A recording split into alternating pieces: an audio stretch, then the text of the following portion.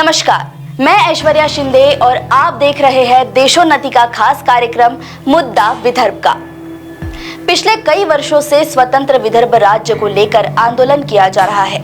इस आंदोलन के जरिए जहां विदर्भ के पिछड़ेपन को दूर करने के लिए समय समय पर आंदोलन किए गए, तो वहीं विदर्भ के मुद्दों को लेकर भी आवाज बुलंद की गई। इन्हीं में से एक महत्वपूर्ण मुद्दा है विदर्भ के सिंचाई अनुशेष का। न जाने कितनी सरकारें आई गई, लेकिन विदर्भ का सिंचाई अनुशेष कभी खत्म न हो सका। हाँ, इसे दूर करने के लिए सैकड़ों आश्वासन भी दिए गए, लेकिन स्थिति अब भी जस की तस बनी हुई है और इसका खामियाजा भुगत रहा है विदर्भ का किसान। हालांकि सरकार की इस लापरवाही को उजागर करने और विदर्भ के सिंचाई अनुशेष को दूर करने की कवायदें अभी भी जारी है और इस काम को बखूबी निभा रहे हैं एडवोकेट अविनाश काले, जिन्होंने विदर्भ के सिंचाई अनुशेष को दूर करने के लिए लंबी लड़ाई लड़ी है और उम्र की दहलीज पर पहुंचने के बावजूद विदर्भ के लिए उनका संघर्ष जारी है। विदर्भ के सिंचाई अनुशेष को दूर करने के लिए इस प्रयास में एडवोकेट अविनाश काले ने खास तौर पर जनहित याचिका का सहारा लिया और हैरानगी की बात यह रही कि विदर्भ इरिगेशन डेवलपमेंट कॉर्पोरेशन ने ही सबसे पहले इस जनहित याचिका का विरोध किया।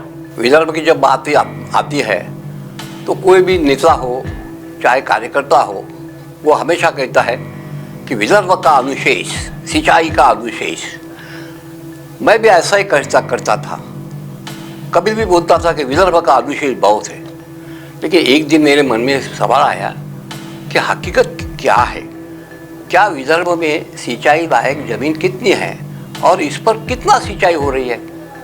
तब मैंने सोचा कि इसीलिए हमें प्रजातंत्र में जो पीआईआर का आयुध दिया है उसका इस्तेमाल करना चाहिए और इसलिए मैंने सर्वप्रथम 2012 में लोकनायक बापूजी आने स्मारक समिति के ओर से एक जनहित याचिका दाखिल की थी। तो सवाल ये था कि हमने प्रेयर किया था उसमें कि भाई असल में विदर्भ में टोटल सिंचाई प्रकल्प है कितने, आज तक कितना सिंचाई हुई है और जो वीआईडीसी है वो टाइम बाउंड प्रोग्राम दे कि हम सिंचाई कब तक करेंगे। मजे की ये बात रही कि जब हमारी पीआईआर सुनवाई हो रही थी तो सरकार ने आपत्तियां जताई और माननीय न्यायालय से अपील की, दरखास्त की कि ये पीआईआर जो है ये खारिज की जाए। क्यों भाई? तो उनका कहना था कि ये जो सिंचाई के बारे में इनको जो सवाल है, ये सवाल उन्होंने हमको पूछना चाहिए वीआईडीसी के तरफ। ये एक डायरेक्ट कोर्ट में कैसे जा सकते हैं? तो कोर्ट ने कहा कि ये ठीक नहीं है, ये पीआईआर है, ये कोई निजी मामला नहीं है, आप पूरा ब्यौरा दीजिए सिंचाई का।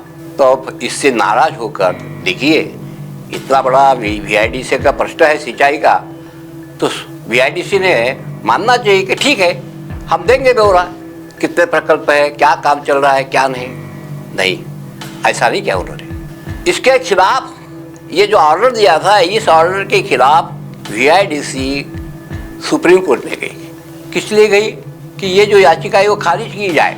मतलब इनसे लोकनायक बापूजी आने स्मारक समिति से और सिंचाई से कोई लेना देना नहीं है, इनको कोर्ट में जाने की आवश्यकता नहीं है, जाना है तो हमारे पास आए।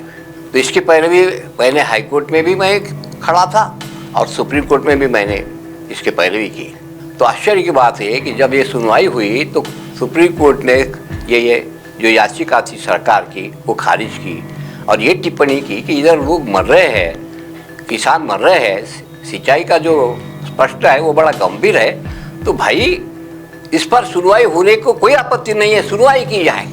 तब कई ये सिंचाई पर सुनवाई हुई। तो इस तरह से हुई थी जनहित याचिका दाखिल करने की शुरुआत। अगले एपिसोड में हम जानेंगे कि आखिर इस पिटीशन से क्या फैक्ट सामने आए। आप देखते रहिए मुद्दा विदर्भ का। नमस्कार।